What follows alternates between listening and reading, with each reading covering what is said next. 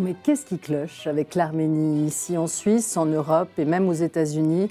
Parce qu'il faut le faire, franchement, pour ignorer à ce point les drames successifs de cette communauté, les Arméniens, avec lesquels nous partageons pourtant a priori autant d'affinités. Mêmes origines chrétiennes, des diasporas installées de très longue date, ultra bien intégrées. Et pourtant, dès qu'un problème les concerne, c'est silence radio. Alors aujourd'hui, une crise humanitaire menace des dizaines de milliers d'Arméniens au Haut-Karabakh, dans le Sud-Caucase, dans l'indifférence quasi générale. Une situation qui fait un large écho à leur génocide, le tout premier du XXe siècle.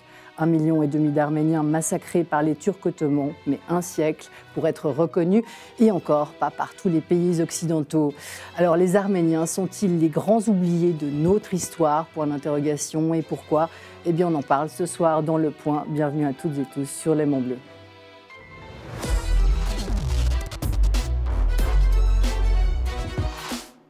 Et bienvenue à nos invités ce soir sur ce plateau et en duplex de Paris, bloqué par les grèves, malheur à nous. André Manoukian, immense plaisir de vous recevoir chez vous, dans votre studio d'enregistrement. Paris assiégé, c'est comment là-bas? C'est calme, c'est génial, il n'y a pas beaucoup de voitures, on entend les oiseaux, c'est un peu comme dans le confinement. Non, ça va, c'est beaucoup moins, je dirais, violent que ce qu'on pourrait penser en réalité. Alors, du moment qu'on y est, Paris. Philippe Val, vous nous entendez? Radio Londres. Oui, bonjour. Philippe Val. Très bien. Extra, normalement, chez nous chaque semaine, quand les conditions le permettent. Alors, André Manoukian, je reviens à vous.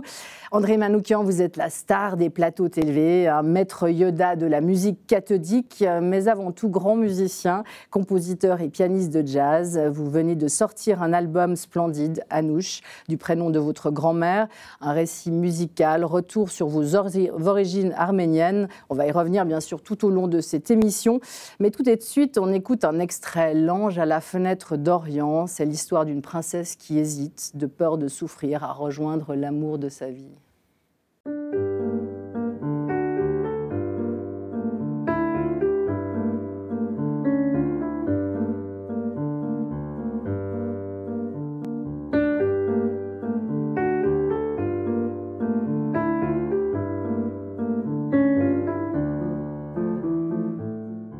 Mélanie Kroubalian, Wittgenstein, que je vais présenter dans un instant, ça évoque quoi ces mélodies, ces sonorités?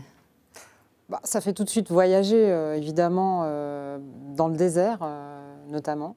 En tout cas, moi, c'est ce que ça m'évoque, et ça évoque la marche, peut-être la marche de nos ancêtres, peut-être les vôtres aussi, Viken, à travers ce désert. Heureusement qu'ils s'en sont sortis, ils ont traversé, puisqu'on est là. Tous ne l'ont pas fait, ceux d'André aussi s'en sont sortis, heureusement. Et c'est ce qui fait qu'on est là aujourd'hui pour en parler. Oui, effectivement, c'était The Walk, la marche de la mort, non pas l'ange à la fenêtre. On y reviendra plus tard. D'abord, je vais vous présenter Mélanie Kroubalian. Vous êtes à la ville, cette voix star de la radio suisse romande, aujourd'hui productrice, animatrice du Grand Soir, du lundi au jeudi de 19h à 22h sur les ondes de la Première. On écoute tout de suite un bref extrait. Nous sommes confortablement installés à notre table rouge, comme toujours. Venez nous y rejoindre, il y a de la place pour tout le monde. Eric, Stéphane, vous serrez un petit peu. On a un peu mal aux fesses quand même au bout de 3 heures sur ces sièges. Ouais. Ils sont moelleux, mais ils font transpirer. C'est pas du cuir, malheureusement. Il faut se lever de temps en temps. C'est tout simple, le remède. Notre grande invitée va se serrer aussi, mais elle a une place de choix, puisque c'est une princesse. Bonsoir, princesse Erika. Bonsoir, mais j'ai les mêmes sièges que vous. Ah oui. J'ai aussi mal au cul que vous. Alors un peu de pub, ça fait pas de mal, mais vous êtes là ce soir surtout parce que vous aussi, d'origine arménienne, vous venez de sortir un livre poignant. Je le recommande très sincèrement, tout autant que l'album d'André Manoukian, Azad, aux éditions Slatkin, l'histoire croisée d'un jeune Syrien qui fuit Alep en 2015 sous les bombardements pour vivre l'horreur de la migration, et celle d'Azad, justement, chirurgien arménien qui fait le chemin inverse, un siècle plus tôt, pour tenter d'échapper avec ses enfants au génocide turc de 1915. Viken vous, la migration, vous l'avez connue, mais c'est surtout votre regard en surplomb qui va nous être utile et précieux ce soir. Vous êtes chargé de cours au Global Studies Institute à l'Université de Genève, grand spécialiste du Caucase, l'auteur notamment, je donne les titres en français, ce sera plus simple, de Guerre et paix dans le Caucase, problème à la frontière russe, paru chez Hearst en 2009, et de Blessures ouvertes, arméniens, turcs, un siècle de génocide, paru aux presses universitaires d'Oxford en 2015.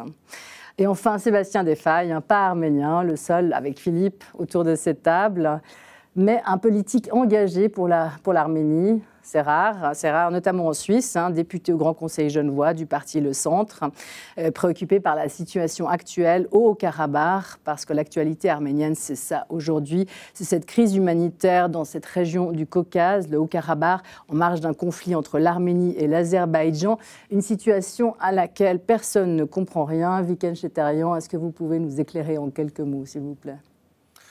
Depuis 2020, depuis l'attaque lancée par l'Azerbaïdjan pour reconquérir le Haut-Karabakh, la guerre continue, mais autrement. Et le dernier épisode, c'est depuis 12 décembre, ça fait maintenant 3 mois, où la seule route qui lie le Haut-Karabakh avec l'Arménie et le monde extérieur s'est coupée, s'est bloquée. Et quelques 120 000 Arméniens qui habitent encore dans la région du Karabakh sont complètement isolés.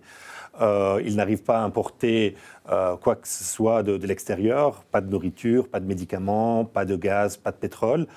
Et surtout, donc on ne sait pas comment l'histoire va se terminer. Donc, quelle sorte de garantie de sécurité ces gens ils vont avoir, parce que l'Azerbaïdjan essaie de prendre le contrôle total de la région.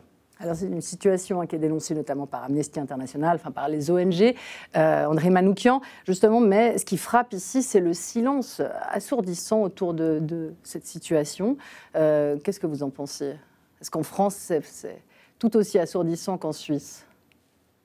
C'est tout aussi assourdissant, et au-delà du silence, c'est surtout je dirais pour la première fois l'attitude entre autres de la patronne de l'Europe qui se fait photographier en train de serrer la main d'Aliyev, le dictateur le patron, on va dire, de l'Azerbaïdjan. Il paraît qu'il faut pas dire dictateur parce qu'à chaque fois il fait des procès. Donc, il est extrêmement bien organisé, qui a un lobby puissant et qui maintenant est en train de vendre du gaz, soi-disant du gaz azéri, mais tout le monde sait que c'est du gaz russe. Donc, il y a une espèce d'horreur qui est en train de se passer, une conjonction une conjonction des méchants et les Arméniens se retrouvent au milieu. En gros, notre seul protecteur dans cette région-là, c'était les Russes. Les Russes, aujourd'hui, sont les plus détestés de la planète. Cette guerre de 2020, nous l'avons perdue, mais il y a cette enclave avec une majorité d'Arméniens qui est là. Et la chose la plus terrible que j'ai découvert moi aussi, c'est que ce fameux corridor de la Chine appartient à l'Azerbaïdjan. Donc, on se retrouve... on a toute une population qui est prise en otage. On a l'Europe qui est en train de faire des contrats commerciaux avec les agresseurs. Il faut bien les nommer agresseurs à un moment donné, les gens qui perpètrent ce chantage-là. Donc, on est, politiquement, il se passe plus rien du tout. Il faut quand même rajouter une chose qui est très bizarre, c'est que l'Arménie n'a pas reconnu ce territoire-là comme étant le sien, puisque a priori il n'est pas le sien. Donc on se retrouve dans un espèce de no man's land, de no man's land juridique. Et maintenant la situation elle est juste humanitaire. Il va falloir débloquer ce couloir. Alors je sens qu'il y a quand même du chantage, parce que les Azéris veulent récupérer l'accès au Nakhitchevan, qui est une enclave aussi azéri dans le territoire arménien. Bref, on se retrouve dans une pure histoire caucasienne. Ça veut dire quoi, le Caucase ? Une série de vallées avec des peuples qui n'ont pas arrêté de guerroyer. Il y avait le glacis soviétique qui faisait que tout ça vivait plus ou moins en paix. Et je pense qu'on se retrouve dans un conflit post-soviétique extrêmement compliqué et que l'Europe, elle a autre chose à foutre. Elle est juste préoccupée par avoir du gaz. On est dans presque le même schéma qui s'est passé pendant le génocide arménien de la Première Guerre mondiale, un conflit mondial avec des chrétiens qui sont en train de se faire massacrer, mais c'est la guerre partout, on peut pas être partout, hélas, et puis voilà, quoi. Il reste que des témoignages de part et d'autre, mais donc la seule richesse de l'Arménie aujourd'hui, c'est sa diaspora, et nous, les artistes, Robert Guédiguian, cinéaste,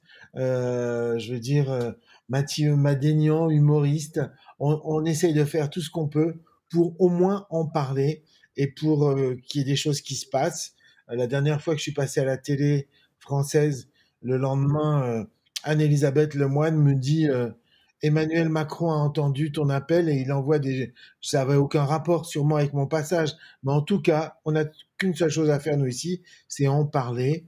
Et pour finir avec ce conflit, moi j'ai hâte que l'Arménie fasse la paix avec tous ses voisins, y compris les Azéris, les Turcs, et que toutes ces frontières soient enfin ouvertes, sinon cet État n'est pas viable. Donc ça va être compliqué à mettre en place, mais ce qu'on entend chez nous, dans la diaspora, c'est beaucoup de nationalistes qui font des discours complètement irréalistes par rapport à ce qui se passe, et ça aussi, c'est mon petit coup de gueule à moi, perso.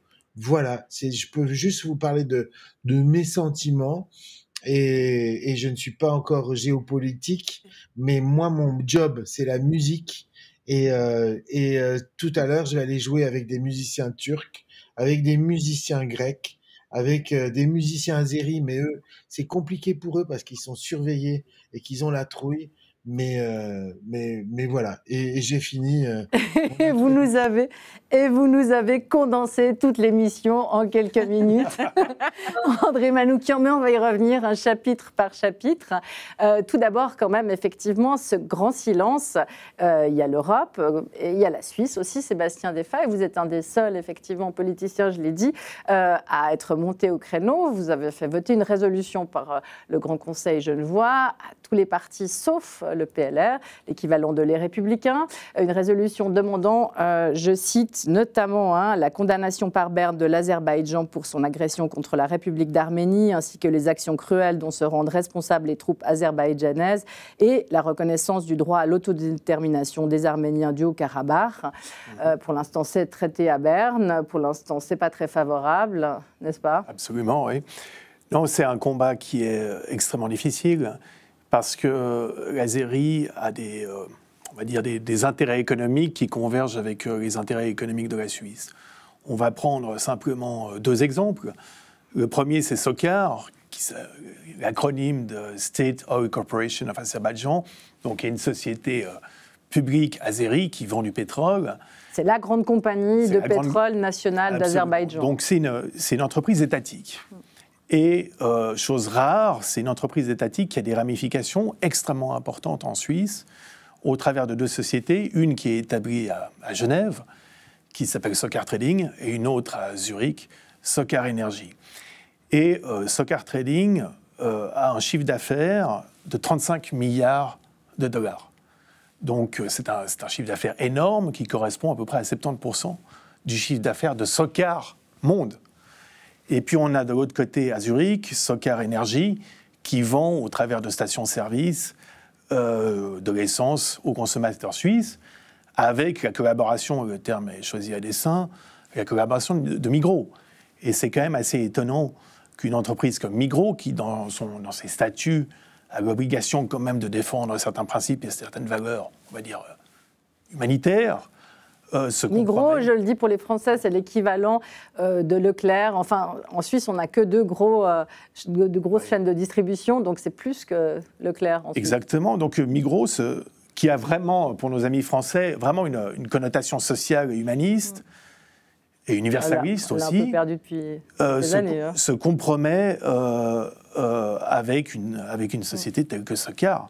Parce qu'à partir du moment où 75% du chiffre d'affaires de SOCAR Azerbaïdjan se fait en Suisse, et que SOCAR Azerbaïdjan est une société étatique donc qui va contribuer au budget de l'Azerbaïdjan, on peut considérer, et ça a été d'ailleurs démontré dans un article de vos confrères de 24 heures de 2020, on peut considérer que quand on donne de l'argent à SOCAR, on contribue d'une certaine manière à l'effort de guerre de l'Azerbaïdjan contre l'Arménie. Donc on se tait en Suisse aussi parce que justement l'Azerbaïdjan paye de très gros impôts, notamment à Genève. D'ailleurs, il se chuchote que l'extraordinaire bénéfice du canton de Genève pourrait en partie être dû aux impôts payés cette année par SOCAR. C'est ça que vous dites? Alors, les résultats exceptionnels des recettes fiscales genevoises s'expliquent par de nombreux facteurs. Un des facteurs, c'est l'essor des sociétés de trading et de shipping. Il y a beaucoup de sociétés qui sont tout à fait honnêtes, qui font tout à fait leur travail correctement. Mais parmi ces sociétés, il y a quand même SOCAR, il faut le dire. Voilà. Et j'aime bien citer la phrase de Max Frisch, d'ailleurs je l'avais cité au Grand Conseil, plus terrifiant que le bruit des bottes, le silence des pantoufles. Et quand on va à Berne, tout le monde nous dit, allez, informellement, qu'ils sont d'accord avec nous, que la situation est inadmissible. Puis à la fin de la phrase, ils disent « mais il y a des très grands intérêts économiques en Suisse, donc on ne va pas vous suivre ». Vous aviez conscience, Mélanie Kroubalian, de ces intérêts Je suis comme André Manoukian, je ne suis pas du tout une géopoliticienne, ce n'est pas ma spécialité. Vous êtes une citoyenne suisse. Je suis quand même journaliste, donc je m'informe. Et c'est vrai que moi, ce qui me frappe dans toute cette affaire actuelle en fait, du Haut-Karabakh et de tout ce qui a à voir avec l'Azerbaïdjan et l'Arménie, c'est aussi une grande hypocrisie, justement, de la part de nos politiciens, de la part aussi de l'Azerbaïdjan, évidemment, puisqu'on parle de militants écologistes qui bloqueraient ce fameux couloir. Tout le monde sait que ce ne sont pas des militants écologistes, puisque les écologistes ne peuvent pas manifester. En Azerbaïdjan, ils sont interdits. Donc ça aussi, cette grande hypocrisie et ce bruit des pantoufles, moi, il me terrifie, oui. Oui. Et l'Azerbaïdjan, c'est vrai, est quand même considéré unanimement, je crois, comme un régime dictatorial qui bafoue, en tout cas c'est ce que disent les ONG de manière unanime aussi, qui bafoue les droits humains et qui néanmoins est effectivement au Conseil de l'Europe, comme l'Arménie, Conseil de l'Europe qui en théorie devrait exclure tous les membres qui ne respectent pas les droits de l'homme. Justement, ça, Philippe Val, cette hypocrisie qui a été relevée par André Manoukian, notamment de la chef de l'Europe, Ursula von der Leyen, on la voit là, je crois, à l'image, qui, en juillet dernier, rencontre précisément le président azéri pour signer cet accord gazier, très important. Ce deux poids, deux mesures, au moment même de la guerre en Ukraine, une guerre de valeurs que mène l'Europe, c'est justifiable, ça, aujourd'hui? Alors, avant de parler de l'Europe et de cette photo, effectivement, qui n'est pas à notre honneur, il faut rappeler que l'Europe s'est construite sur le droit depuis la Seconde Guerre mondiale et pas du tout sur la puissance. On sait bien que le droit sans la puissance, ça ne marche pas au bout d'un moment. Et notre Europe politique ne marche plus. Si nous avions une défense européenne, nous aurions un autre discours sur l'Arménie, puisque d'une façon générale, l'opinion européenne est pour les Arméniens. Et vraiment pour les Arméniens, et notamment l'opinion française, puisque c'est un des pays qui a sauvé le plus d'Arméniens, des centaines de milliers d'Arméniens, lesquels d'ailleurs l'ont beaucoup rendu à la France, puisque c'était une diaspora très créative, une diaspora très patriote. Pendant la guerre, évidemment, on pense à la fiche rouge, évidemment, mais aussi dans la science, la culture, le cinéma, comme le rappelait André. Pourquoi ce silence? Ce silence est ancien. Depuis, et cette impuissance est ancienne. Depuis la Première Guerre mondiale, il y a un négationnisme, évidemment, du génocide arménien, à tel point qu'en 1942, à la conférence de Wannsee, Hitler a dit, quand il informait ses dignitaires de la mise en route de la solution finale pour apaiser leur inquiétude, il leur a dit, regardez, les Arméniens, ils ont été aussi génocidés, tout le monde s'en fout, donc on veut faire... Philippe, on va revenir justement sur cette question effectivement du traitement du génocide qui est très lié, mais sur la question de l'Europe, deux poids, deux mesures, parce qu'il nous reste assez peu de minutes pour cette première partie. Deux poids, deux mesures, mais déjà la Russie... ils sont dans l'orbite de la Russie, les Arméniens. Ça veut dire que la Russie ne fait pas son travail. Dans un empire, depuis la Pax Romana romaine, dans un empire, c'est l'empire qui garantit la paix et la sécurité pour les territoires qu'il contrôle. Ce qui n'est donc plus le cas déjà, avant d'être un échec de l'Europe, c'est un échec de la Russie. Ensuite, ce silence, il vient du fait que l'Arménie a pour ennemi, ils n'ont pas le bon ennemi.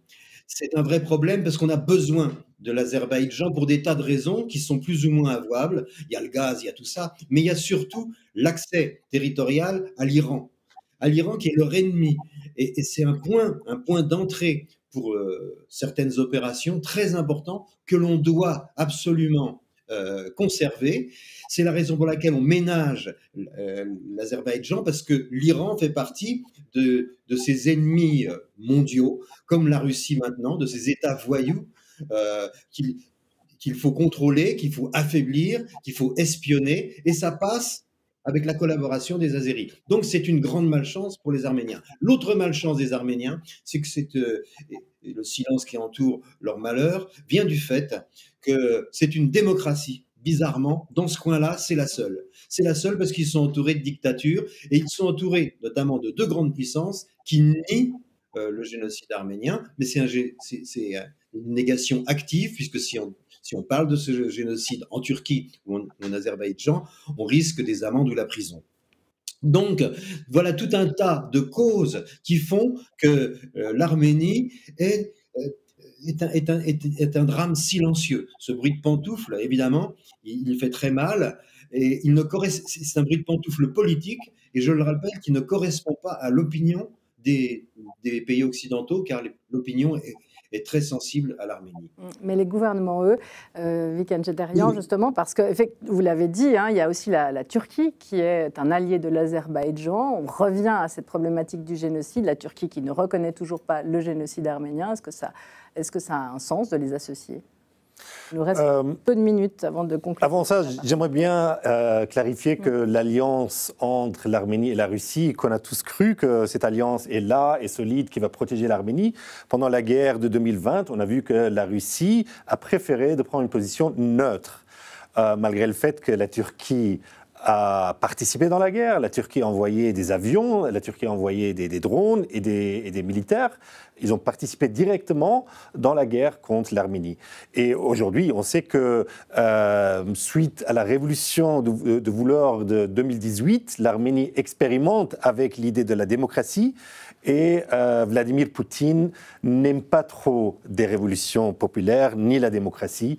Et c'est à partir de 2018 où cette alliance entre l'Arménie et la Russie a commencé à se fracturer. Alors justement, on va y revenir. Il y a Philippe qui veut ajouter encore quelque chose ? Oui, parce que les Azéris et les Turcs ne sont pas que amis, ils sont liés profondément. D'ailleurs, ils se disent là-bas deux États, mais une même nation. Il y a une vraie alliance entre la Turquie et l'Azerbaïdjan. C'est pas aujourd'hui, par rapport à la situation actuelle dans le Haut-Karabakh, que les Occidentaux et les Suisses, en partie, se taisent par rapport à la situation arménienne. On va y revenir dans la deuxième partie à ce génocide arménien, qui n'est pas évidemment qu'un mot, hein, comme ça. Ce sont 1,5 million de personnes assassinées dans des conditions atroces entre 1915 et jusqu'à 1923, selon certains historiens. Mais tout de suite, pour l'illustrer et conclure aussi ce premier chapitre, un nouvel extrait de votre disque, André Manoukian. Alors, comme on a déjà écouté The Walk, la marche, qui était la marche justement que votre grand-mère a fait vers la mort, dont elle est revenue, on va écouter L'ange à la fenêtre d'Orient.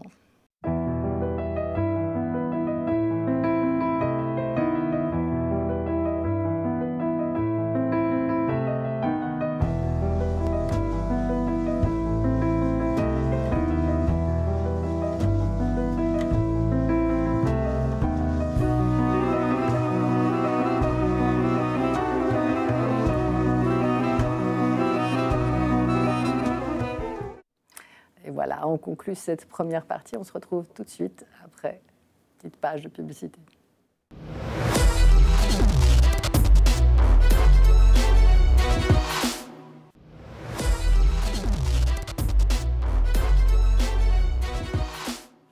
Le point de retour, on s'est quitté sur cet extrait de votre disque, André Manoukian, Anouche, magnifique album, et notamment la marche The Walk, la marche qu'a fait votre grand-mère vers la mort, dont elle est revenue. Est-ce que vous pouvez nous raconter ça ?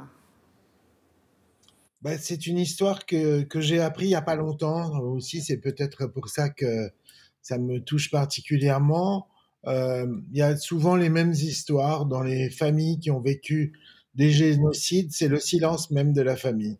Et moi, j'ai vécu dans le silence de mes parents, enfin surtout de mon père, puisque du côté de ma mère, ils ont pu s'échapper avant et ils n'ont pas trop subi d'horreur. Mais du côté de mon père, il y a eu un silence et d'une certaine manière, je le remercie de ce silence puisque ça m'a épargné la haine quand j'étais gamin. Mais simplement, lui avançant dans l'âge, je commençais à lui poser des questions de plus en plus précises. Il me lâchait des trucs, c'était des scènes.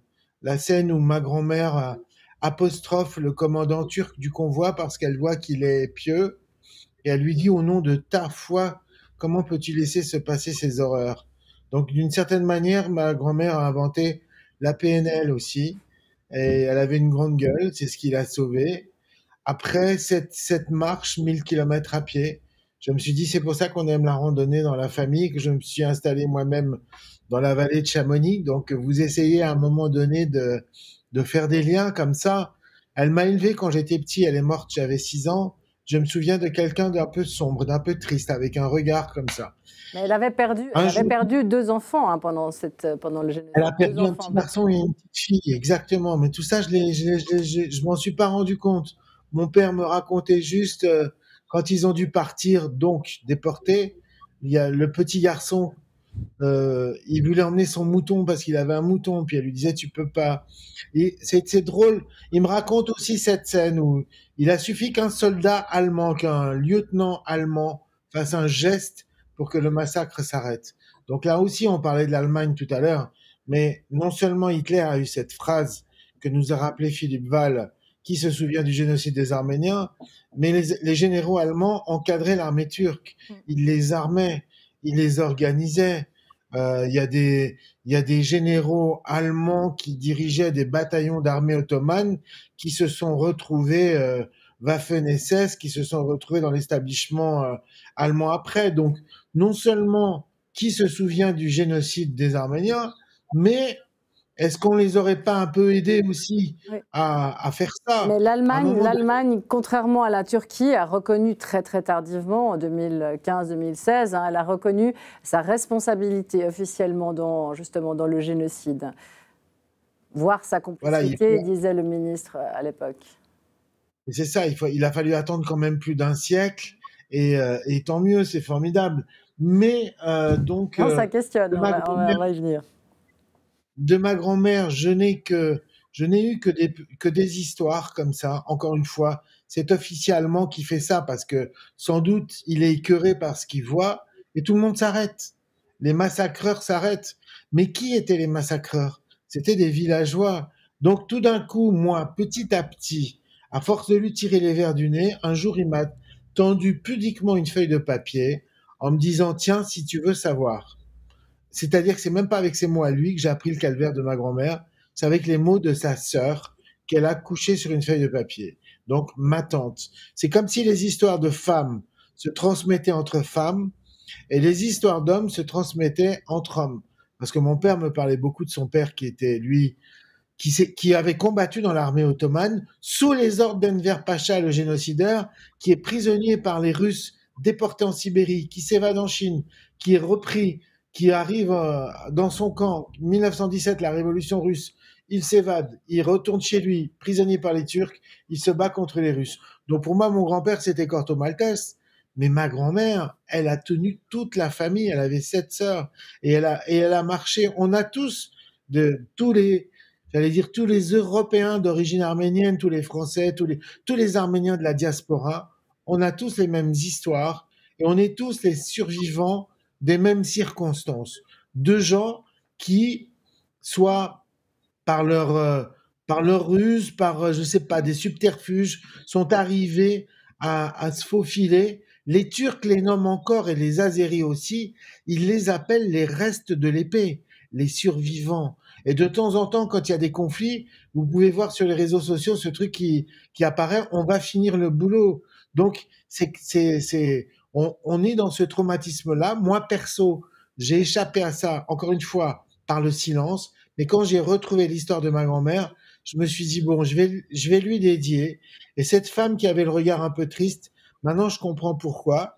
Et je me dis, c'est quand même une super héroïne. Donc quelque part, ça me fait du bien de raconter cette histoire. Ça m'affaiblit pas, au contraire, je me suis dit, elle avait des capacités hors normes et c'était une super mamie, pas seulement qui était capable de rouler des feuilles de vigne, mais qui était aussi capable de ruser, de mettre de la boue sur les joues de ses petites sœurs pour pas qu'elles soient trop belles et qu'elles se fassent enlever.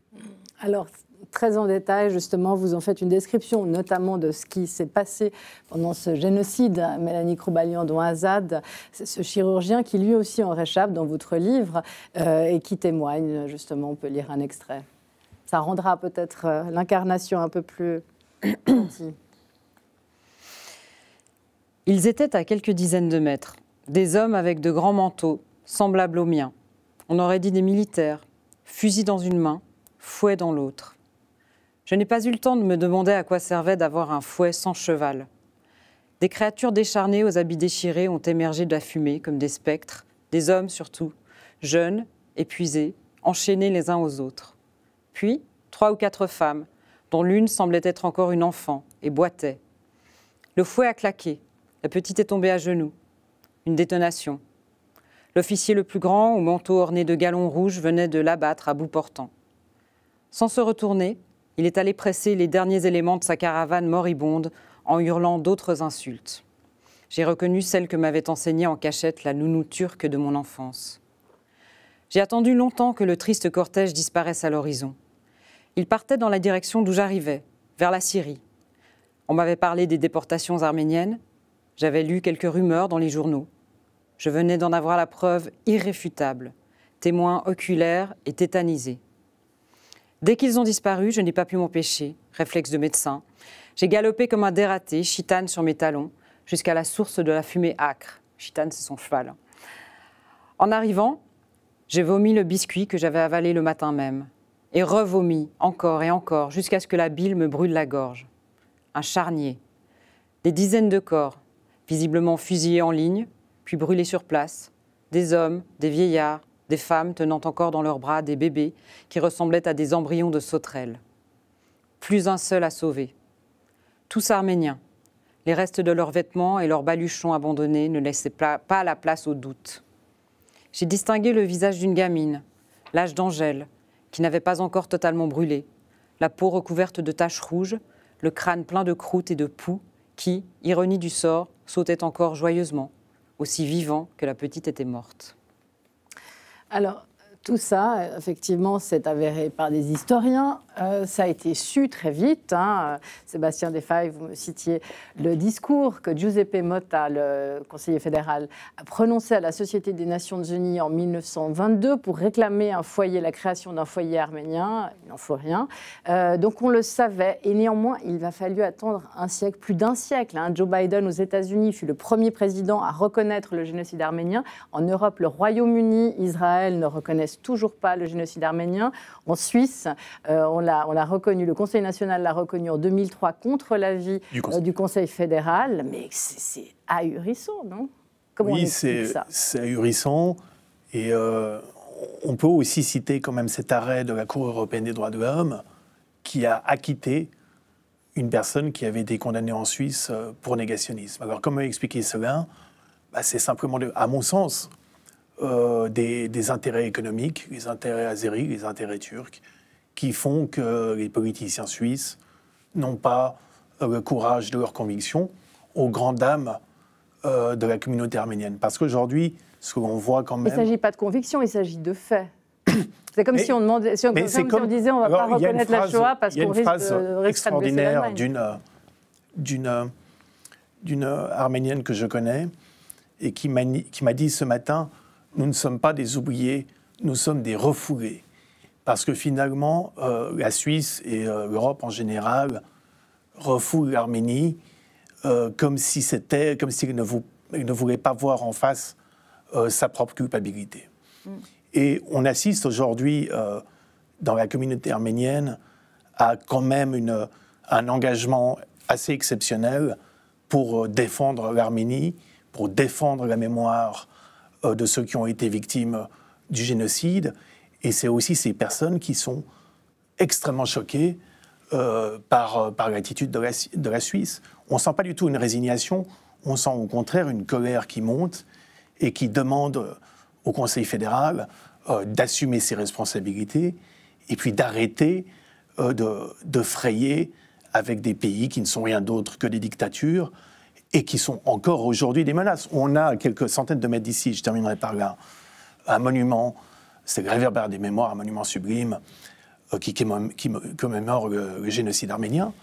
Mais à quoi sert la mémoire si on n'utilise pas? Est-ce qu'aujourd'hui, qu'est-ce que fait la Suisse? Qu'est-ce que fait l'Europe? Revenons-y sur ce monument. Oui. Ce monument, c'est le mémorial qui aurait dû être installé justement à proximité de l'ONU en 2015 pour commémorer ça. Ça a été interdit par Berne, par Didier Burkhalter, conseiller fédéral, qui n'est pas allé aux commémorations à Yerevan lui-même, alors qu'il est allé à Auschwitz, il était allé à Auschwitz quelques semaines avant.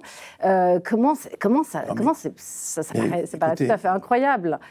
Le département fédéral des affaires étrangères s'est toujours signalé, en tout cas sous l'ère Burkhalter et aujourd'hui sous l'ère Cassis, par une très grande lâcheté.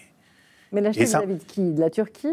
Non, lâcheté par rapport à l'Arménie, par rapport aux intérêts turcs et par rapport aux intérêts azéris. C'est quand même incroyable qu'on ait des conseillers fédéraux qui fréquentent tout sourire et qui se font prendre en photo, comme Van der Weyden d'ailleurs, avec des personnages, des tyrans, le mot n'est pas trop fort, comme Aliyev ou Erdogan.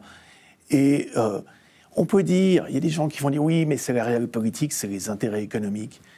Mais à force de se compromettre avec de tels personnages et avec de tels pays, on se dégrade soi-même et on dégrade son propre pays. Mais est-ce que la communauté arménienne de diaspora sait suffisamment bien se défendre, Viken Cheterian? Parce que c'est vrai que si on la compare à la diaspora juive, on a l'impression qu'effectivement, il y en a une qu'on entend, qui est soutenue par Israël, et une qu'on n'entend pas du tout. Pour moi aussi, la guerre de 2020, c'était une grande surprise, parce qu'en 2015, on a commémoré le centenaire du génocide. Et j'ai pensé qu'après 100 ans, c'est plus possible d'imaginer que l'existence de l'Arménie et des Arméniens dans le Caucase va être mise en cause. Mais 2020, pour moi, c'était une grande choc, pas parce que l'Azerbaïdjan a attaqué l'Arménie, mais parce que la Turquie a directement participé. Donc le pays responsable d'un génocide, 100 ans plus tard, il revient pour attaquer les victimes. Avec le but aussi d'éliminer les Arméniens de la région. En tout cas, de les faire donc, en tout cas, les Arméniens du Haut-Karabakh, oui. et j'imagine que...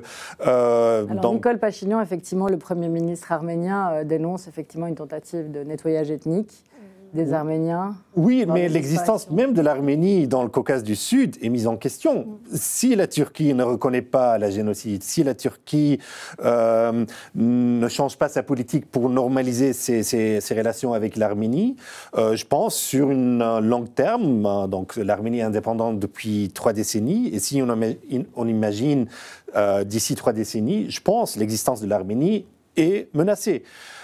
Et le pire pour moi en 2020, c'était l'impossibilité de parler avec mes amis genevois et suisses sur cet aspect-là. Comme si la sensibilité n'est pas là.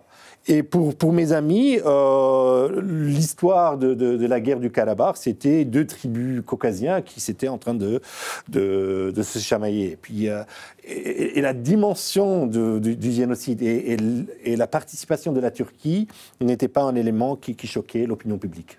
A contrario, dans les diasporas, justement, vous entretenez des liens très forts avec la population du Caucase. Comment ça se passe? Est-ce qu'il y a ce même devoir de solidarité qu'il peut y avoir justement dans la diaspora juive vis-à-vis d'Israël? Je demanderai à chacun. Oui, tout à fait. Ça dépend des Arméniens, j'imagine. de la diaspora, ça dépend de chaque personne. Ça dépend de chaque personne. Donc, il y a beaucoup qui ne connaissent pas l'Arménie, mais au niveau institutionnel, les institutions diasporiques sont très fortement engagées en Arménie. Par exemple, des organisations de diaspora ont fondé l'Université américaine de l'Arménie. Ils ont fondé TUMO, ce centre d'éducation high-tech extraordinaire qui est en train de s'exporter dans tout le monde. Entre autres, il vient d'ouvrir une branche à Zurich. Donc la diaspora, avec sa créativité, est présente en Arménie, mais apparemment, ce n'est pas assez pour garantir la sécurité et l'existence de l'Arménie. Oui, il n'y a peut-être pas non plus une cohésion ou une cohérence aussi forte que dans la diaspora juive. Parmi les Arméniens, il y a des Arméniens catholiques, il y a des Arméniens orthodoxes, il y a des Arméniens qui sont, comme moi, moitié arméniens, qui ne parlent pas arménien. Et l'arménien de la diaspora est encore un autre arménien que l'arménien parlé en Arménie. Donc tout ça fait que, en tout cas, pas au niveau des institutions, mais à titre individuel, moi je ne suis jamais allée en Arménie, mon père non plus. Mon père c'était un Arménien d'Égypte, c'était pas un Arménien d'Arménie. Donc c'est difficile après de se relier, de se sentir connecté avec ce pays-là, même si, comme disait André, c'est vrai que c'est la génération suivante, en général, qui prend le flambeau. Mes frères, moi, ma sœur, cette génération-là, oui. Mon père, comme André, mon père m'a jamais parlé ni du génocide, ni des Arméniens, ni de l'Arménie. Il a épousé une femme blonde aux yeux bleus, il nous a donné des prénoms français. L'Arménie, pour lui, c'était à fuir, en fait. Mais quand on vous dit menace sur l'Arménie, vous vous sentez justement un devoir de solidarité quand même. Moi, je me sens concernée. Ça fait pas longtemps que je me sens concernée parce que j'ai été élevée dans une famille où on était suisse, naturalisée bien sûr, mais suisse, avec une maman suisse, grandie à Genève. Enfin voilà, à la limite, mon pays d'adoption, c'était plus l'Égypte, puisque mon père était un Arménien d'Égypte. Philippe, oui. Dans la communauté juive, il y a aussi beaucoup de diversité. Et jusqu'à une époque récente, lorsque Théo Klein était encore président du CRIF, beaucoup de juifs se pensaient qu'en France, il n'y avait pas d'antisémitisme, que le lien avec Israël était un lien assez distendu, et non pour beaucoup de juifs. Il n'y a que depuis que la situation s'est aggravée que les choses ont changé. Mais je voudrais juste dire une chose, c'est que nos hommes et nos femmes politiques ont tendance à penser, comme Gide disait qu'on ne fait pas de bonne littérature avec des bons sentiments, on ne fait pas de bonne politique avec de la morale. C'est faux, ça n'est pas superposable. On fait de la politique avec de la morale. Sinon, ça ne marche pas. Première chose. La deuxième chose, c'est que la reconnaissance de la Shoah a été possible parce que précisément l'Allemagne était prête à reconnaître sa culpabilité. Et puis, non, la difficulté... Mais parce qu'on l'a forcé aussi, on lui a pas laissé le choix, l'Allemagne en 1945, de reconnaître ou pas.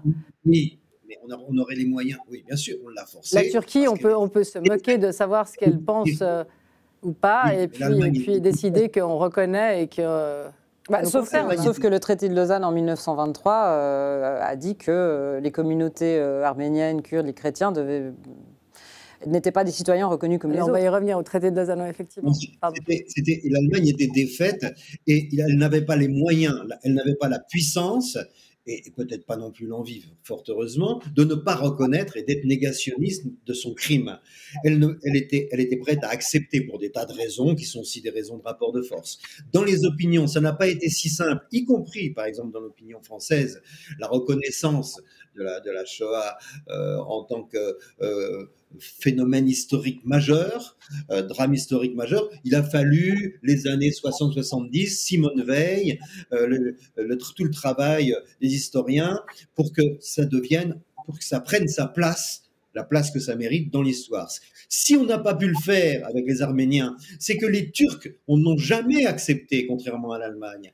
Et comme c'est une puissance dont on a besoin, on a des bases militaires, des bases de l'OTAN en Turquie. Et puis maintenant, la Turquie nous menace sans cesse d'ouvrir le robinet de l'immigration. Elle nous envoie des centaines de milliers. Donc on a peur de ça. On laisse la Turquie délirer dans son négationnisme parce que c'est un rapport de force. Il n'y a pas eu ce rapport de force avec l'Allemagne après la Seconde Guerre mondiale. Il y a toujours ce rapport de force avec la Turquie qui est peut-être notre honte aussi, parce que ça revient à ce que je disais aussi tout à l'heure, on ne s'est pas fondé suffisamment sur la force, notre Europe, notre Union européenne. Du coup, on n'a pas les moyens, mais on a tort. On devrait on devrait évidemment forcer les Turcs à reconnaître le génocide et ne pas céder au chantage à l'immigration, notamment et au chantage à l'implantation des bases de l'OTAN sur son territoire, dont on a besoin. Ouais. André Manoukian. Enfin, si je peux finir très rapidement. Non, allez-y, vous avez le temps. La Turquie a toujours été instrumentalisée au temps de la guerre froide.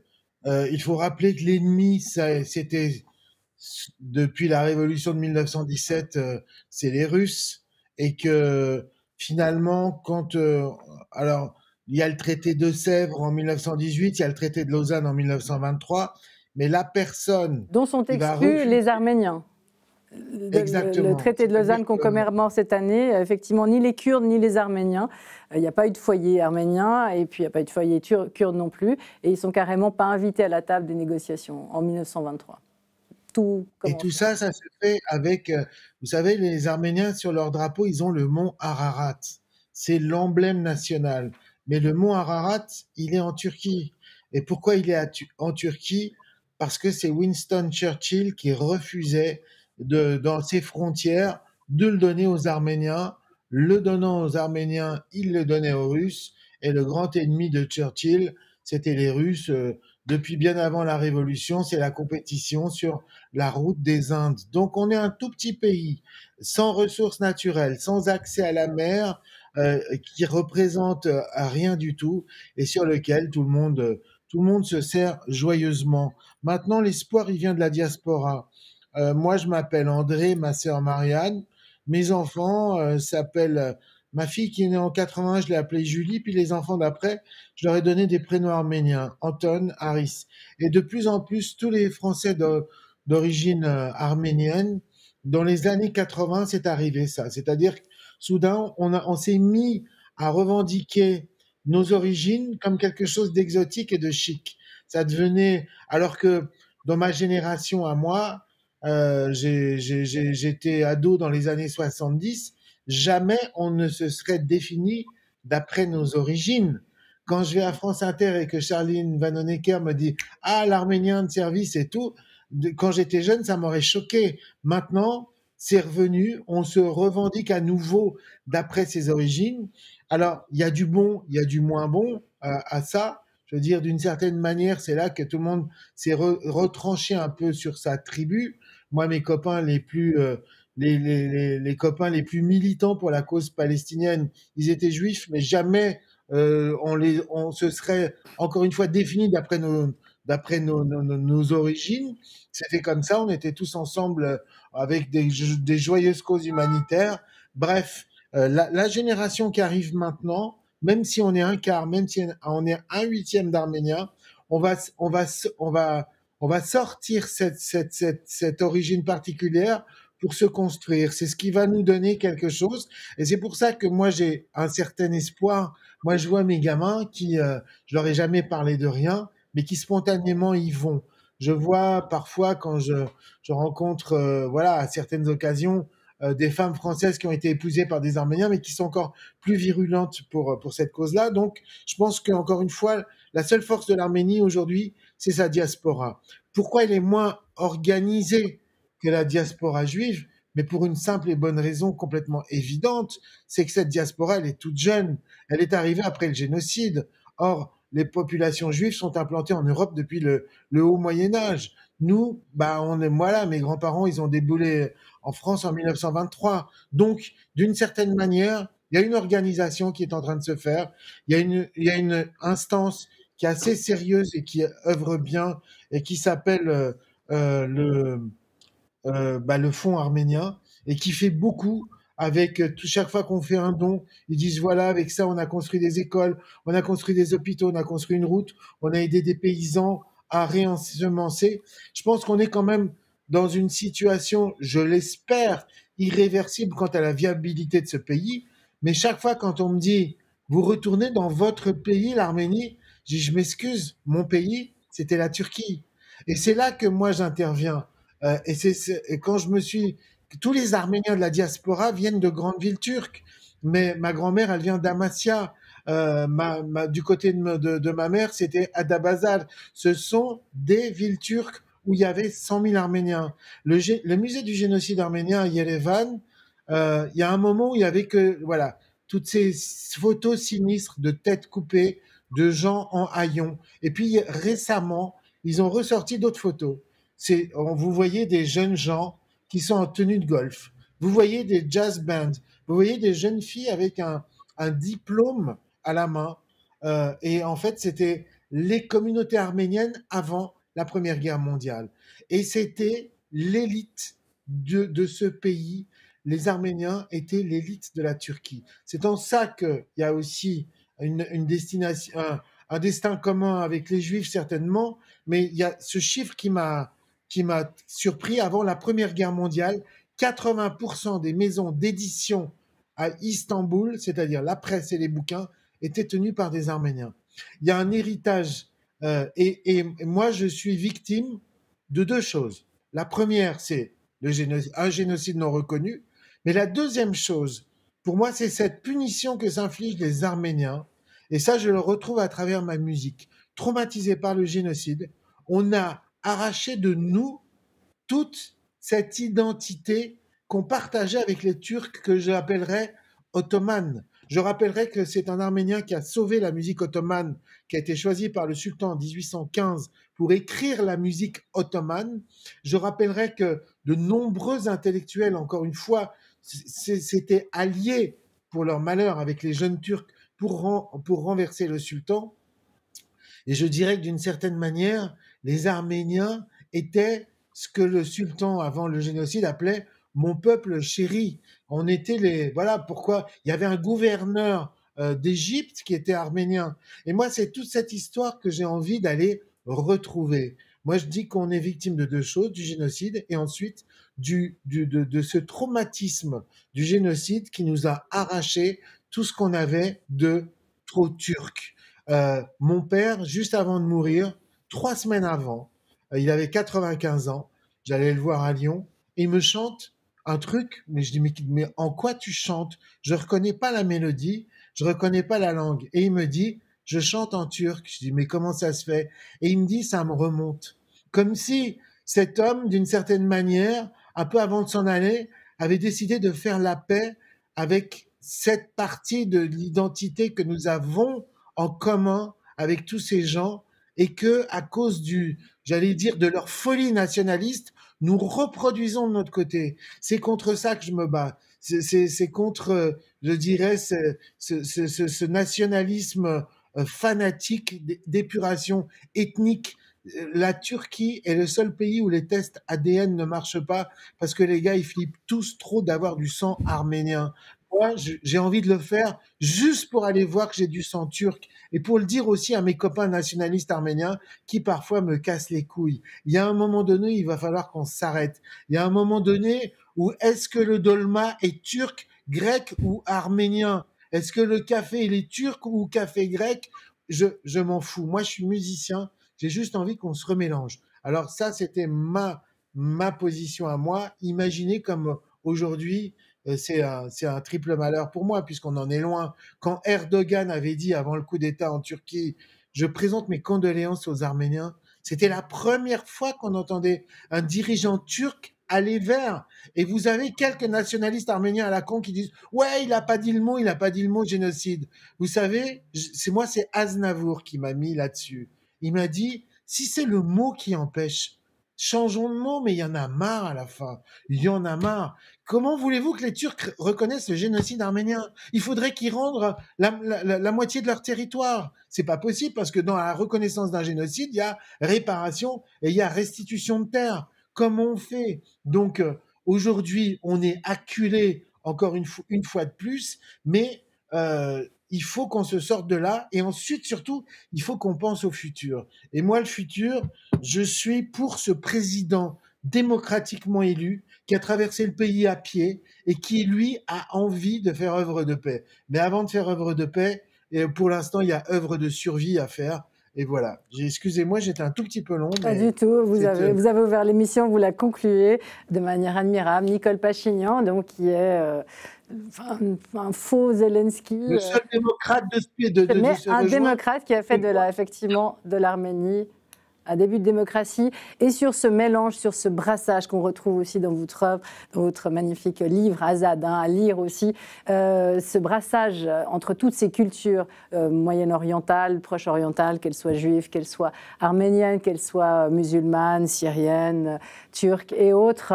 On le retrouve dans votre disque. On va écouter justement pour conclure à quel point, effectivement, et européenne aussi, hein, puisque vous y avez ajouté une touche jazzy, américaine, afro-américaine du Nord. Et donc, on va écouter un extrait de votre clip magnifique, c'est Soufi Dance, et ça a été tourné en partie l'année passée aux arènes d'Arles, un magnifique concert aussi. Et on va se quitter avec cette magnifique musique.